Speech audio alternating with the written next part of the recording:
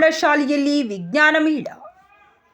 ಕೊಟ್ಟೂರು February 28ರಂದು Shri ಬಿಕೆವಿ ಪ್ರೌಢಶಾಲೆ ನಿಂಬಳಗೇರಿ ಗ್ರಾಮದಲ್ಲಿ ಗ್ರಾಮ ಪಂಚಾಯಿತಿ ಅಧ್ಯಕ್ಷರಾದ ಮಹಂತೇಶ್ ಅವರ ಅಧ್ಯಕ್ಷತೆಯಲ್ಲಿ ರಾಷ್ಟ್ರೀಯ ವಿಜ್ಞಾನ ದಿನಾಚರಣೆಯ ಕಾರ್ಯಕ್ರಮದಲ್ಲಿ ವಿಜ್ಞಾನಿಗಳೊಂದಿಗೆ ಸಂವಾದ ಮತ್ತು ವಸ್ತು ಪ್ರದರ್ಶನ ನಡೆಸಲಾಯಿತು.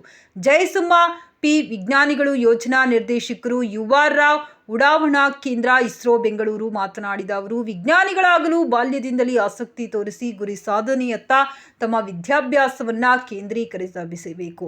ವಿಜ್ಞಾನ ತಂತ್ರಜ್ಞಾನದಲ್ಲಿ ಹೊಸ ವಿಚಾರಗಳು ಬರುತ್ತವೆ.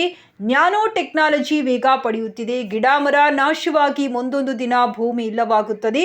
ಅಷ್ಟರೊಳಗೆ ವಾಸಕ್ಕೆ ಯೋಗ್ಯವಾದ ಬೇರೆ ಮನೆ ಪತ್ತೆ ಹಚ್ಚಬೇಕಾಗಿದೆ. ಇನ್ನೊಮ್ಮೆ ಚಂದ್ರನ ಮೇಲೆ ಮಾನವರನ್ನು ಇಳಿಸಿ ವಾತಾವರಣ ಸೃಷ್ಟಿಸಿ ಅಲ್ಲಿನ ಖನಿಜ ವಾತಾವರಣವನ್ನ ಪರೀಕ್ಷೆಗೆ ಯೋಜನೆಗಳಾಗಿವೆ.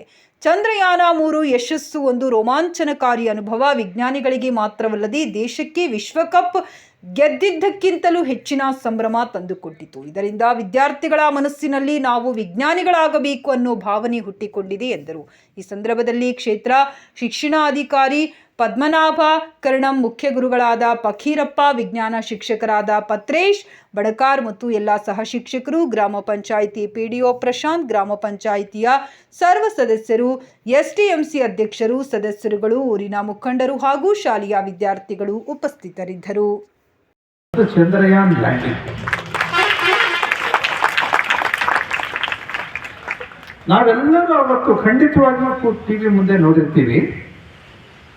ಸುಮಾರು 20-25 ನಿಮಿಷ ಲೈವ್ ಟೆಲಿಕಾಸ್ಟ್ ಬಂತು ಟಿವಿನಲ್ಲಿ. ಪ್ರಾರಂಭದಲ್ಲಿ ಒಂದಿಷ್ಟು ವಿವರಣೆಗಳನ್ನೆಲ್ಲ ಕೊಟ್ಟರು. ಆಮೇಲೆ ಈಗ ಲ್ಯಾಂಡಿಂಗ್ ಪ್ರಾರಂಭ ಆಗುತ್ತೆ ಅಂತಂದ್ರು.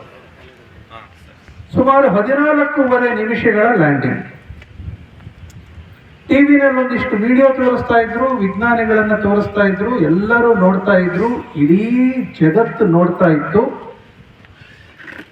ಒಂದು ಹಂತದಲ್ಲಿ ಇಸ್ರೋ ಎಲ್ಲ ವಿಜ್ಞಾನಿಗಳು ಚಪ್ಪಾಳೆ ತಟ್ಟಲಿಕ್ಕೆ ಶುರು ಮಾಡಿದ್ರು. ಆಗ ಇಡೀ ಜಗತ್ತು ಚಪ್ಪಾಳೆ ತಟ್ಟಿತು. ಅದಾದ ಮೇಲೆ ಇಸ್ರೋ ಪ್ರಮುಖರು ಬಂದು ಹೇಳಿದ್ರು, ದ ಲ್ಯಾಂಡಿಂಗ್ ಈಸ್ ಸಕ್ಸಸ್ಫುಲ್.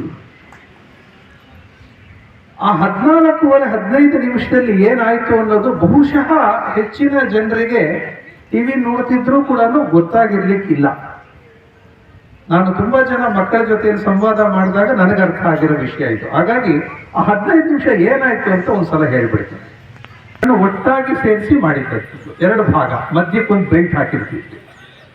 ಆ ಬೆಲ್ಟ್ ಕಟ್ ಮಾಡಿದ್ರೆ 2 ಭಾಗ ಬೇರೆ ಬೇರೆ ಆಗತ್ತೆ. ಆ ರೀತಿ ಬೆಲ್ಟ್ ಹಾಕಿರುವಂತಹ ಒಟ್ಟು ಚಂದ್ರಯಾನವನ್ನ ಇಲ್ಲಿಂದ ರಾಕೆಟ್ನಲ್ಲಿ ಉಡಾವಣೆ ಮಾಡಿದ್ವಿ. ಅದು ಭೂಮಿ ಸುತ್ತಲೂ ದೀರ್ಘ ವೃತ್ತಾಕಾರ ಎಲಿಪ್ಸ್ ನಲ್ಲಿ ಸುತ್ತುತ್ತಾ ಇರುತ್ತೆ. ಒಂದು ಹಂತದಲ್ಲಿ ಭೂಮಿ ತುಂಬಾ ಹತ್ತಿರ ಇರುತ್ತೆ, ಇನ್ನೊಂದು ಹಂತದಲ್ಲಿ ಭೂಮಿ ದೂರ ಇರುತ್ತೆ.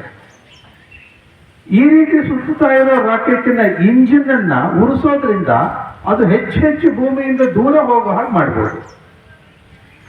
5 ಹಂತಗಳಲ್ಲಿ ಈ ರೀತಿ ಚಂದ್ರಯಾನದ ಎತ್ತರವನ್ನ ಏರಿಸಿತು ಇಸ್ರೋ. ಒಂದು ಹಂತದಲ್ಲಿ ಅದು ಭೂಮಿಗೆ ಹತ್ತಿರ ಬಂದು ತುಂಬಾ ದೂರ ಹೋಗಿ ಮತ್ತೆ